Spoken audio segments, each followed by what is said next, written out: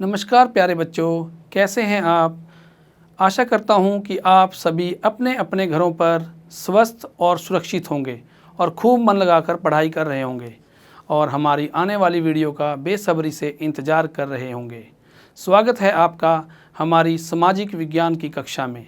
आज हम आपके लिए लेकर आए हैं कक्षा 9वीं की अर्थशास्त्र की पुस्तक में संकलित अध्याय 2, जिसका शीर्षक है संसाधन के रूप में लोग।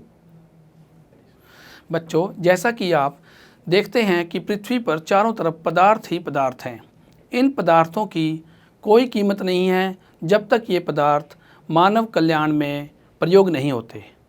जब ये पदार्थ हमारे प्रयोग में आते हैं तो ये हमारे लिए संसाधन बन जाते हैं। बच्चों, इसी प्रकार से मानव भी एक पदार्थ है। यदि वो अपने देश के काम नहीं आएगा तो वो पदार्थ ही रह जाएगा।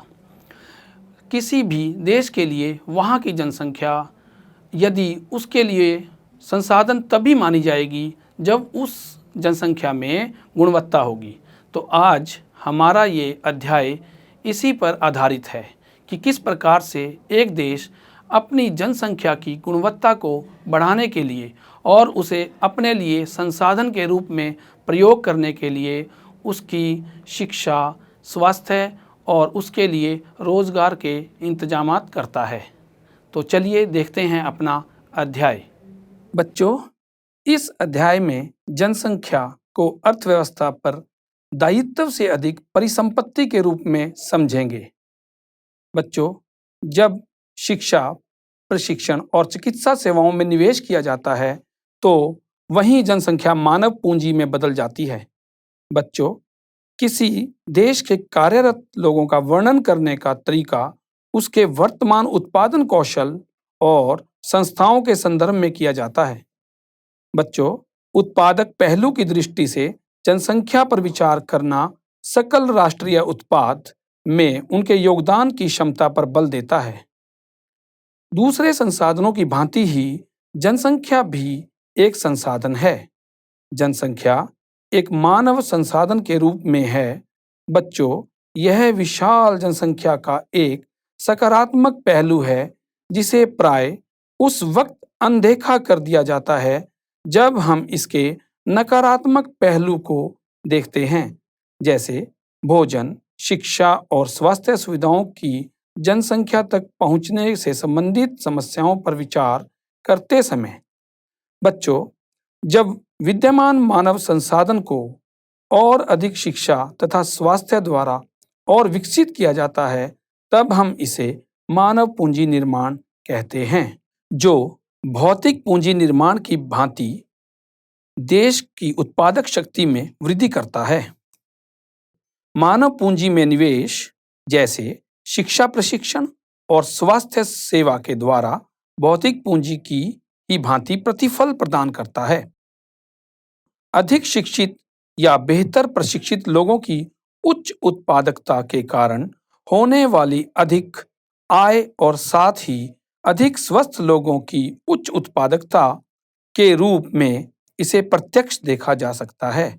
बच्चों, उच्च आय से न केवल अधिक शिक्षित और अधिक स्वस्थ लोगों को लाभ होता है बल्कि समाज को भी अप्रत्यक्ष तरीकों से लाभ होता है, क्योंकि अधिक शिक्षित या अधिक स्वस्थ जनसंख्या का लाभ लोगों तक भी पहुंचता है जो स्वयं प्रत्यक्ष रूप से इतने शिक्षित नहीं हैं या उतनी स्वस्थ सेवाएं उन्हें प्रदान नहीं की गई हैं।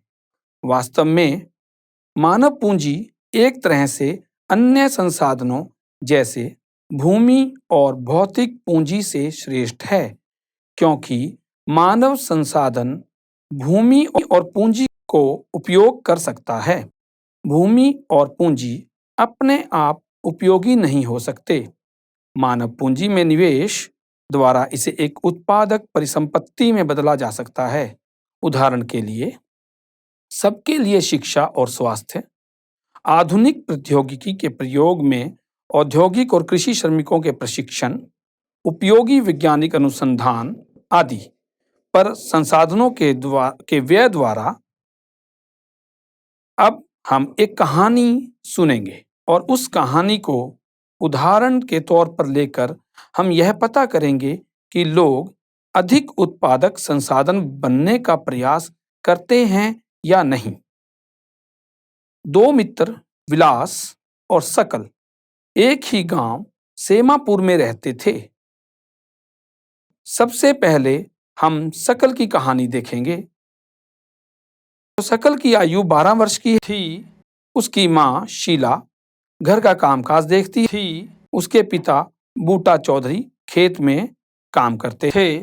सकल घर के कामकाज में अपनी मां की मदद करता था। वह अपने छोटे भाई जीतू और बहन सीतू की भी देखभाल करता था। उसके चाचा श्याम ने मैट्रिक की परीक्षा पास की थी, लेकिन वह घर पर ही बेकार बैठा था क्योंकि उसे कोई नौकरी नहीं मिली। बूटा और शीला चाहते थे कि उनका बेटा सकल पढ़े लिखे और उसने गांव के स्कूल में शीघ्र ही प्रवेश भी कर लिया था। उसने पढ़ना शुरू किया और उच्चतर माध्यमिक की परीक्षा पास कर ली। उसके पिता ने उसे अपनी पढ़ाई जारी रखने के लिए राजी कर लिया। उन्होंने सकल के लिए कंप्यूटर के व्यावसायिक कोर्स में अध्ययन के लिए कर्ज लिया। सकल प्रतिभाशाली था और आरंभ से ही पढ़ाई में उसकी रुचि थी। उसने बड़े लगन और उत्साह से अपना कोर्स पूरा किया। कुछ समय के पश्चात उसे एक प्राइवेट फर्म में नौकरी भी मिल गई। उसने एक नए प्रकार के सॉफ्टवेयर को डिजाइन भी किया। इस सॉफ्टवेयर से फर्म को अपनी बिक्री बढ़ाने में सहायता मिली। उसके बॉस ने उसकी सेवाओं से प्रसन्न होकर उसे पदोन्नति दी।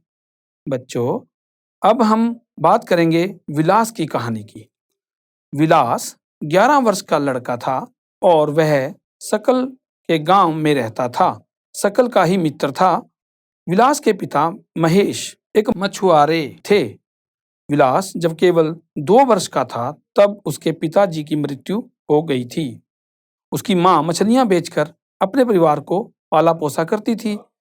वह जमींदार के तालाब से मछलियां खरीदती और निकट की मंडी में बेचती थी। वह मछलियां बेचकर एक दिन में केवल 150 रुपये कमा पाती थी। विलास, जिसका कि बचपन से ही ज्यादा पालन पोषण ठीक नहीं हो पाया था, वो गठिया का रोगी बन गया था। उसकी मां के पास इतने पैसे नहीं थे कि वह उसे किसी अच्छे डॉक्टर को दिखा पाती। वह स्कूल भी नहीं जा सकता था। उसकी पढ़ने में रुचि नहीं थी। वह खाना पकाने में अपनी मां की मदद करता और अपने छोटे भाई मोहन की भी देखभाल करता था। कुछ समय पश्चात उसकी मां बीमार पड़ गई तथा उनकी देखभाल करने वाला कोई नहीं था। परिवार में उसकी सहायता करने वाला कोई भी नहीं था। विलास भी उसी गांव में मछलियां बेचने के लिए बाध्य हो गया। अपनी मां की तरह वह भी कम ही कमा पाता था। इन दोनों कहानियों में दिए गए दोनों व्यक्तियों के अध्ययन से हमें यह पता चलता है कि सकल स्कूल जाता था जबकि विलास स्कूल नहीं गया। सकल शारीरिक रूप से स्वस्थ था। उसे बार बार डॉक्टर के पास जाने की आवश्यकता नहीं पड़ती थी। विलास बचपन से ही गठिया का रोगी हो गया था। उसके यहाँ डॉक्टर के पास जाने के साधन ही नहीं थे और उसकी माँ के पास पैसे भी नहीं थे। सकल ने कंप्यूटर में डिग्री प्राप्त की थी। सकल को एक प्राइवेट फर्म में नौकरी मिल गई। विलास वहीं काम करता रहा जहां उसकी माँ काम करती थी। अपनी माँ की तरह परिवार को पालने पोसने के लिए उसकी आय बहुत कम थी। सकल के मामले में कई वर्षों की शिक्षा ने उसके स्वयं की गुणवत्ता बढ़ाई। इससे उसकी कुल उत्पादकता में वृद्धि हुई।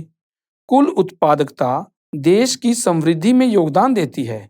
बच्चों, इसके बदले में व्यक्ति को वेतन के रूप में या फिर उसके पसंद के किसी रूप में दूसरे रूप में प्रतिफल मिलता है। विलास को उसके जीवन के आरंभिक भाग में कोई शिक्षा व स्वास्थ्य सेवा नहीं मिल सकी। वह अपनी माँ की भांति ही मछलियाँ बेचकर अपना जीवन यापन करता था। इसीलिए वह अपनी माँ की तरह अकुशल श्रमिक का वेतन पाता था। बच्चों, एक बच्चा भी जिसकी शिक्षा और स्वास्थ्य पर निवेश किया गया है, भविष्य में ऊंचाई और समाज को आगे बढ़ाने के रूप में उसका योगदान या प्रतिफल दे सकता है। यह देखा जाता है कि शिक्षित माँ बाप अपने बच्चों की शिक्षा पर अधिक निवेश करते हैं। ऐसा इसलिए होता है क्योंकि उन्होंने स्वयं भी शिक्षा के महत्व को अनुभव किया होता है। वे उचित पोषण और स्वच्छता के प्रति भी सचेत होते हैं। इसी प्रकार वह अपने बच्चों को स्कूली शिक्षा और अच्छे स्वास्थ्य की आवश्यकताओं का भी ध्यान रखते हैं। इसी तरह इस मामले में एक अच्छा चक्र बन जाता है। इसके विपरीत स्वयं भी अशिक्षित और अस्वच्छता तथा सुविधा वंचित स्थिति में रहने वाले माँ बाप एक दुष्चक्र धारण कर लेते हैं और अपने बच्चों को अपनी ही तरह सुविधाओं से वंचित स्थिति में रखते हैं। जैसा कि हम पहले भी जापान की बात कर चुके हैं, एक बार फिर मैं आपको यहाँ जापान देश के बारे में बताना चाहूँगा। बच्चों, जापान जैसे देश ने मानव संसाधन पर निवेश किया है। उनके पास कोई प्राकृतिक संसाधन नहीं है। यह विकसित धनी देश है। अपने देश के लिए आवश्यक प्राकृतिक संसाधनों का आयात करते हैं। उन्होंने लोगों में विशेष रूप से शिक्षा और स्वास्थ्य के क्षेत्र में निवेश किया है। अपने मानव संसाधन पर बहुत निवेश किया है।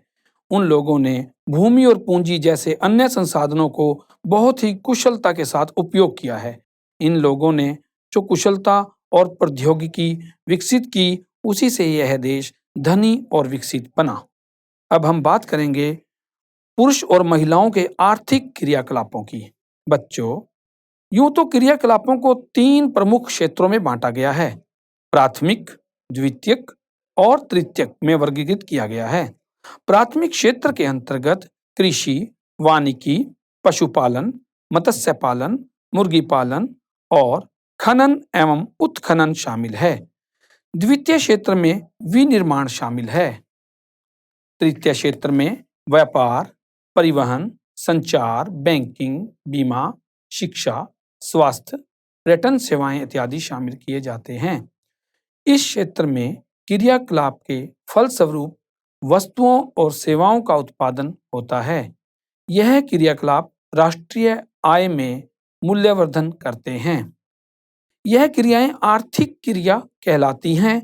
आर्थिक क्रियाओं के 2 भाग होते हैं। यहीं पर हम इसको पुरुष और महिलाओं के संदर्भ में जोड़ेंगे। बाजार क्रियाएं और गैर बाजार क्रियाएं।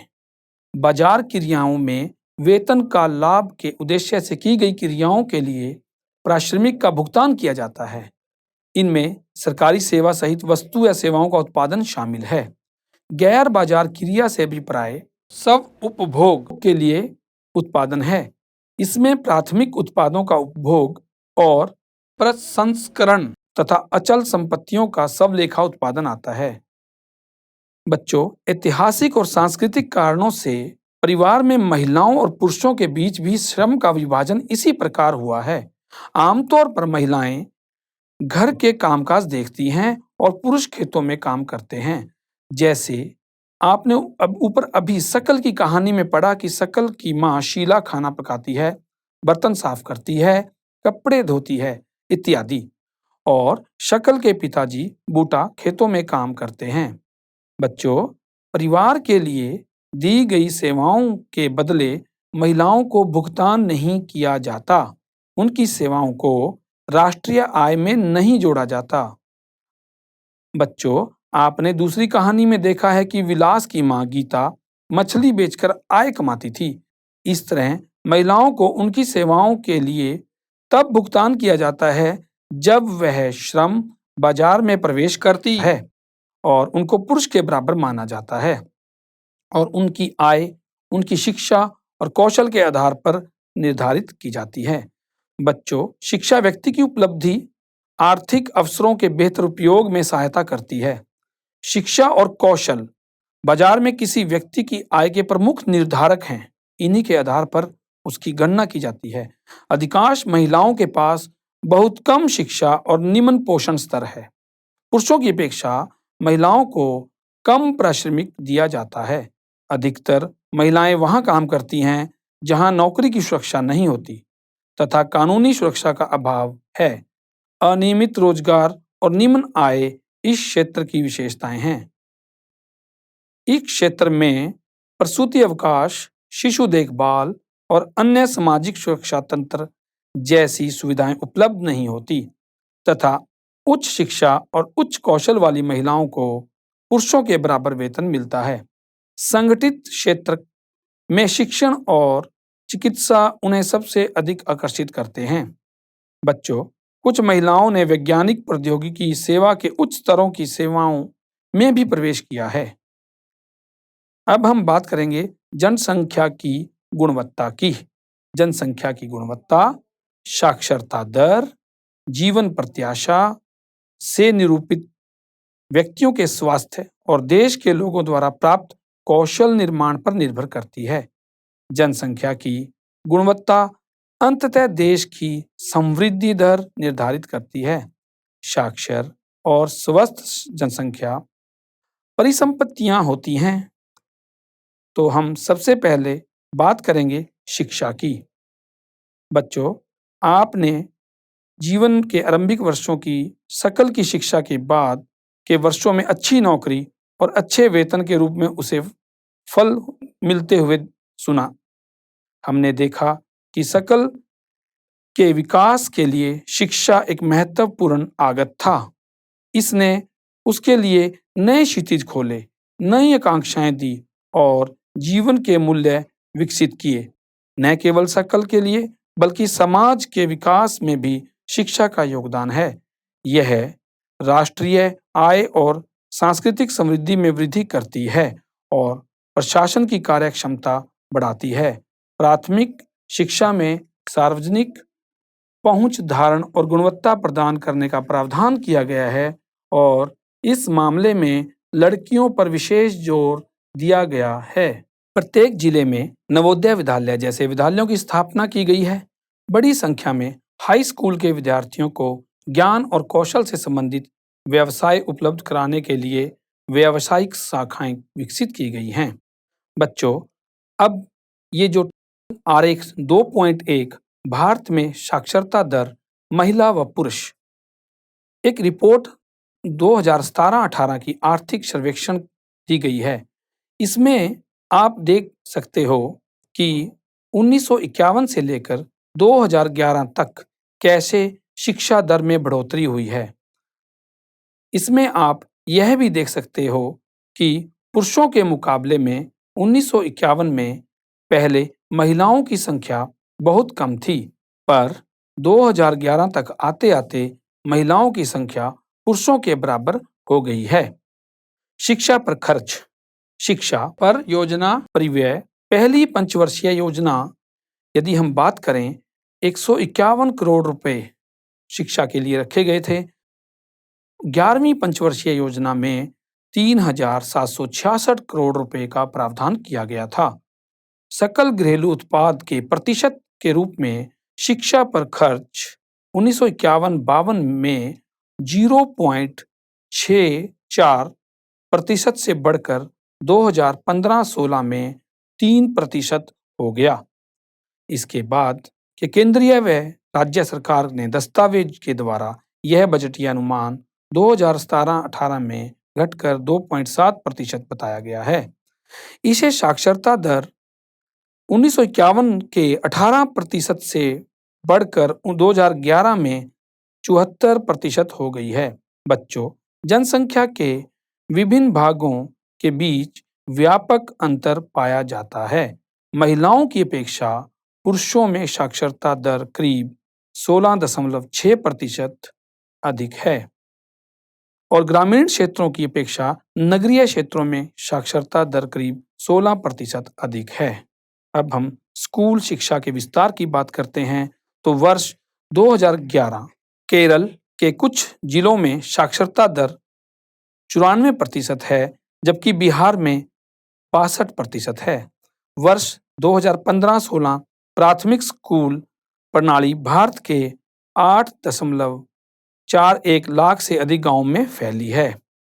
स्कूल शिक्षा के इस विस्तार को शिक्षा के निम्न स्तर और पढ़ाई बीच में छोड़ने की उच्च दर ने कमजोर कर दिया है।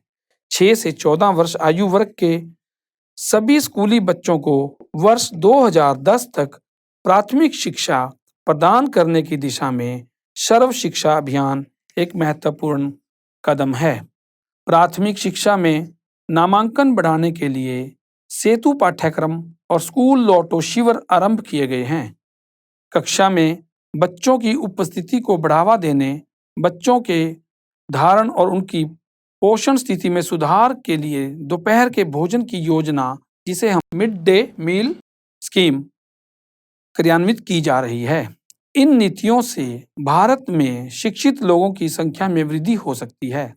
बच्चों, 12वीं योजना में उच्च शिक्षा में 18 से 23 वर्ष आयु वर्ग के नामांकन में 25.2% तक की वृद्धि 2017-18 एवं 30% 2020-21 तक करने का प्रयास किया गया है। यह विश्व औसतन 26% से मिलती जुलती है। पिछले 50 वर्षों में विशेष क्षेत्रों में उच्च शिक्षा देने वाले शिक्षण संस्थानों तथा विश्वविद्यालयों की संख्या में महत्वपूर्ण वृद्धि हुई है। 1951 से 2015 के बीच कॉलेजों तथा विश्वविद्यालयों की संख्या में वृद्धि, छात्रों के नामांकन तथा अध्यापकों की भर्ती में वृद्धि देखी गई है। बच्चों, नीचे जो रिपोर्ट दी गई है, आप देख सकते हैं कि 1951 से लेकर 2017-18 तक कैसे हमारे महाविद्यालयों, विश्वविद्यालयों, विद्यार्थी और शिक्षकों में वृद्धि हुई है। अब हम स्वास्थ्य को लेकर के बात करेंगे। बच्चों, किसी व्यक्ति का स्वास्थ्य उसे अपनी क्षमता को प्राप्त करने और बीमारियों से लड़ने की ताकत देता है। ऐसा कोई भी अस्वस्थ स्त्री या पुरुष संगठन के समग्र विकास में अपना योगदान को अधिकतम करने में सक्षम नहीं होगा। वास्तव में स्वास्थ्य अपना कल्याण करने का एक अपरिहार्य आधार है। इसीलिए जनसंख्या की स्वस्थ स्थिति को सुधारना किसी भी देश की प्राथमिकता होती है। हमारी राष्ट्रीय नीति का लक्ष्य भी जनसंख्या के अल्प सुविधा प्राप्त वर्गों पर विशेष ध्यान देते हुए स्वास्थ्य सेवाओं, परिवार कल्याण, पौष्टिक सेवा तक उनकी पहुंच को बेहतर बनाना है। पिछले 5 दशकों में भारत ने सरकारी और निजी क्षेत्र में प्राथमिक, द्वितीयक तथा तृतीय सेवाओं के लिए अपेक्षित एक विस्तृत स्वास्थ्य आधारित संरचना और जनशक्ति का निर्माण किया है। बच्चों, इन उपायों को अपनाने से जीवन प्रत्याशा बढ़कर 2014 में 68.3 वर्ष अधिक हो गई है। शिशु मृत्यु दर 1951 के 147 से घटकर 2016 में 34 पर आ गई है। अशोधित जन्म दर गिरकर 20.4 और मृत्यु दर 6.4 पर आ गई है। जीवन प्रत्याशा में वृद्धि और शिशु देखभाल में सुधार देश के आत्मविश्वास को भावी प्रगति के साथ आंकने के लिए उपयोगी है। आयु में वृद्धि आत्मविश्वास के साथ जीवन की उत्तम गुणवत्ता का सूचक है। शिशुओं की संक्रमण से रक्षा तथा माताओं के साथ में बच्चों की देखभाल और पोषण सुनिश्चित करने से शिशु मृत्यु दर घटती है। शिशु मृत्यु दर से अभिप्राय 1 वर्ष से कम आयु के शिशुओं की मृत्यु से है। उसी प्रकार जन्म दर से अभिप्राय एक विशेष अवधि में प्रति 1000 व्यक्तियों के पीछे जन्म लेने वाले शिशु की संख्या से है और मृत्यु दर से अभिप्राय एक विशेष अवधि में प्रति 1000 व्यक्तियों के पीछे मरने वाले लोगों की संख्या से है। बच्चों, नीचे दी गई रिपोर्ट्स 2013 से लेकर 2018 तक हमारे स्वास्थ्य आधारित संरचना की रिपोर्ट है। इसमें हमें यह पता चलता है कि प्राथमिक स्वास्थ्य केंद्र, सामुदायिक स्वास्थ्य केंद्र, औषधालय तथा अस्पताल बिस्तर भारतीय चिकित्सा परिषद में पंजीकृत डॉक्टर, नर्सिंग कर्मियों में किस प्रकार से वृद्धि हुई है। बच्चों, भारत में ऐसे अनेक स्थान हैं जिनमें यह मौलिक सुविधाएं भी नहीं हैं। भारत में कुल 381 मेडिकल कॉलेज और 301 डेंटल कॉलेज हैं। केवल 4 राज्य जैसे आंध्र प्रदेश, कर्नाटक, महाराष्ट्र एवं तमिलनाडु में कुछ राज्यों से अधिक मेडिकल हैं। बच्चों, अब हम बात करेंगे बेरोजगारी की, अनएम्प्लॉयमेंट। बच्चों, बेरोजगारी उस समय विद्यमान कही जाती है जब प्रचलित मजदूरी की दर पर काम करने के लिए इच्छुक लोगों को रोजगार नहीं मिल पाता। बच्चों, भारत के संदर्भ में ग्रामीण और नगरीय क्षेत्रों में बेरोजगारी है। तथापि ग्रामीण और नगरीय क्षेत्रों में बेरोजगारी की प्रकृति में अंतर है। ग्रामीण क्षेत्रों में मौसमी और प्रच्छन्न दो प्रकार की बेरोजगारी है, जबकि नगरीय क्षेत्रों में अधिकांशतः शिक्षित बेरोजगारी है। मौसमी बेरोजगारी तब होती है जब लोग वर्ष के कुछ महीनों में रोजगार प्राप्त नहीं कर पाते। कृषि पर आश्रित लोग आमतौर पर इस तरह की समस्या से जूझते हैं। वर्ष में कुछ ऐसे मौसम होते हैं जब बुआई, कटाई, निराई और गहाई होती है। कुछ विशेष महीनों में कृषि पर आश्रित लोगों को अधिक काम नहीं मिल पाता। प्रच्छन्न बेरोजगारी के अंतर्गत लोग नियोजित प्रतीत होते हैं। उनके पास भूखंड होता है जहां उन्हें काम मिलता है। ऐसा प्राय कृषिगत काम में लगे परिजनों में होता है। किसी काम में 5 लोगों की आवश्यकता होती है, लेकिन उसमें 8 लोग लगे होते हैं। इनमें 3 लोग अतिरिक्त हैं। ये तीनों इसी खेत पर काम करते हैं जिस पर 5 लोग काम करते हैं। इन तीनों द्वारा किया गया अंशदान 5 लोगों द्वारा किए गए अंशदान में कोई बढ़ोतरी नहीं करता। अगर 3 लोगों को हटा दिया जाए तो खेत की उत्पादकता में कोई कमी नहीं आएगी। खेत में 5 लोगों के काम की आवश्यकता है और 3 अतिरिक्त लोग प्रच्छन्न रूप से बेरोजगार हैं और इसी को प्रच्छन्न बेरोजगारी कहते हैं। यह मुख्य रूप से ग्रामीण क्षेत्रों में देखने को मिलती है। इसी प्रकार शहरी क्षेत्रों के मामले में शिक्षित बेरोजगारी एक सामान्य परिघटना बन गई है। मैट्रिक, स्नातक और स्नातकोत्तर डिग्रीधारी अनेक युवक रोजगार पाने में असमर्थ हैं। एक अध्ययन में यह सामने बात आई है कि मैट्रिक की तुलना में स्नातक और स्नातकोत्तर युवकों में बेरोजगारी अधिक तेजी से बढ़ी है। बच्चों, बेरोजगारी से जनशक्ति संसाधन की बर्बादी होती है। युवकों में निराशा और हताशा की भावना होती है। लोगों के पास अपने परिवार का पालन पोषण करने के लिए पर्याप्त मुआवजा नहीं होता। बेरोजगारी से आर्थिक बोझ में वृद्धि होती है। कार्यरत जनसंख्या पर बेरोजगारों की निर्भरता बढ़ती जाती है। किसी व्यक्ति और साथ ही साथ समाज के जीवन की गुणवत्ता पर इसका बहुत बुरा प्रभाव पड़ता है। जब किसी परिवार को मात्र जीवन निर्वाह स्तर पर रहना पड़ता है तो उसके स्वास्थ्य स्तर में एक आम गिरावट देखने को मिलती है और स्कूल प्रणाली से अलगाव में वृद्धि होती है। बच्चों, इसीलिए किसी अर्थव्यवस्था के समग्र विकास पर बेरोजगारी का अहितकर प्रभाव पड़ता है। मानव संसाधन को सही ढंग से नियोजित करने का परिणाम हम इस कहानी के माध्यम से देखेंगे। बच्चों, अब हम एक गांव की कहानी पढ़ेंगे। एक गांव था जिसमें अनेक परिवार रहते थे। प्रत्येक परिवार इतना उपजा लेता था जिससे उसके सदस्य खा पी सकते। परिवार के सदस्य अपने कपड़े बुनते, अपने बच्चों को पढ़ाते और इस तरह प्रत्येक परिवार अपनी आवश्यकताएं पूरी कर लेता था। इनमें से एक परिवार ने अपने एक बेटे को कृषि महाविद्यालय में भेजने का फैसला किया। लड़के को निकट के एक कृषि महाविद्यालय में प्रवेश मिल गया। कुछ समय पश्चात वह कृषि इंजीनियरिंग की योग्यता प्राप्त कर गांव में वापस लौट आया। वह इतना सृजनात्मक निकला कि उसने एक उन्नत किस्म के हल का नमूना तैयार किया। अभी तक जो उस गांव में लकड़ी का हल प्रयोग होता था वो जमीन को गहरा नहीं खोदता था। अब इस लड़के के द्वारा तैयार किया गया हल किस प्रकार से जमीन की खुदाई में कम परिश्रम से ज़्यादा खोद रहा था, जिससे गेहूं की उपज में वृद्धि हुई। इस तरह गांव में एग्रो इंजीनियरिंग का एक नया काम सृजित हो गया और वहीं उसकी पूर्ति हुई। गांव के उस परिवार ने अपनी जो फसल, अधिशेष फसल जो उनके पास बची थी, अब दूसरे गांव में बेच दी। इससे उन्हें अच्छा लाभ हुआ।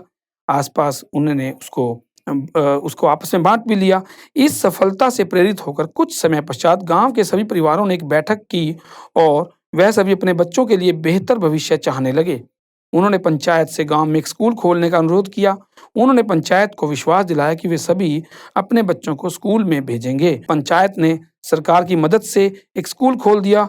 निकट के कस्बे से एक शिक्षक की नियुक्ति की गई। इस गांव के सभी बच्चे स्कूल जाने लगे।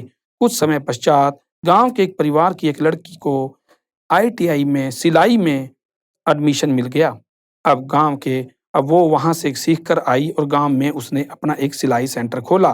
गाँव के लोग अब अच्छे ढंग का कपड़ा, सिला हुआ कपड़ा पहनने की इच्छा रखने लगे और उससे कपड़े सिलवाने लगे। इसी तरह दर्जी का एक नया काम सृजित हो गया। उसका एक और सकारात्मक प्रभाव हुआ। किसानों को कपड़ा खरीदने के लिए दूर जाने में लगने वाला समय बचने लगा। किसान खेतों में अधिक समय लगाने लगे, इसीलिए उपज बढ़ गई। यह समृद्धि का प्रारंभ था। किसानों के पास उपभोग से अधिक वस्तुएं होने लगी। अब वे उत्पादन उन लोगों को बेच सकते थे जो उनके गांव के बाजार में आते थे। समय के साथ साथ यह गांव तरक्की की राह पर चल निकला और वहां पर अब शिक्षक, दर्जी, एग्रो इंजीनियर और अन्य तरह के लोगों से वो गांव परिपूर्ण हो गया था। बच्चों, यह एक साधारण गांव की कहानी थी जहां मानव पूंजी के उठते स्तर ने उसे जटिल और आधुनिक आर्थिक क्रियाकलापों के स्थल के रूप में विकसित बनाया। बच्चों, इस कहानी से हमें पता चलता है कि इस गांव में पहले कोई रोजगार नहीं था, पर बाद में वहां रोजगार के अनेक अवसर उत्पन्न हो गए। इससे हमें पता चलता है कि शिक्षा कितनी महत्वपूर्ण होती है और शिक्षा के द्वारा रोजगार को प्राप्त कर सकते हैं तथा अपने क्षेत्र को उन्नति की राह पर लाकर देश को विकसित होने में अपना योगदान दे सकते हैं।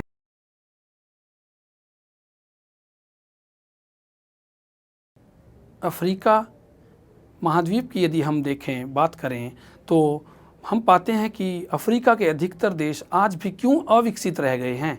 उन देशों ने अपने मानव संसाधन पर बिल्कुल भी निवेश नहीं किया और जापान का, जैसा कि हमने पहले भी जिक्र किया है, किस प्रकार से उन्होंने अपने यहाँ पर भौतिक संसाधनों की कमी के चलते हुए भी केवल अपने मानव संसाधनों के जरिए ही अपने देश को ऊंचा उठाया है। तो बच्चों, किस प्रकार से हमने आज के इस वीडियो में पढ़ा कि हमारा जो मानव संसाधन है वो हमारे सब संसाधनों से सर्वोपरि है, क्योंकि मानव संसाधन ही वो संसाधन है जो बाकी संसाधनों को प्रयोग में लाता है और उन्हें पदार्थों से संसाधन में परिवर्तित करता है। इस प्रकार से आज हमारी जो ये कक्षा है इसमें हमने जो सीखा है कि किस प्रकार से वहाँ उस देश की जनसंख्या अपने देश के लिए संसाधन बन सकती है। बहुत सारे लोगों का मानना है कि जनसंख्या जो है बढ़ती है तो खाने की बहुत सारी चीज़ों में कमियां आती हैं, मगर बच्चों, अगर मुंह एक है मगर हाथ दो हैं। यदि उस जनसंख्या को हम उन हाथों को रोजगार दिलवा सकें, यदि उसे उत्पादन कार्यों में सही दिशा में लगा सकें, तो कोई भी देश बिना तरक्की किए नहीं रह सकता। धन्यवाद।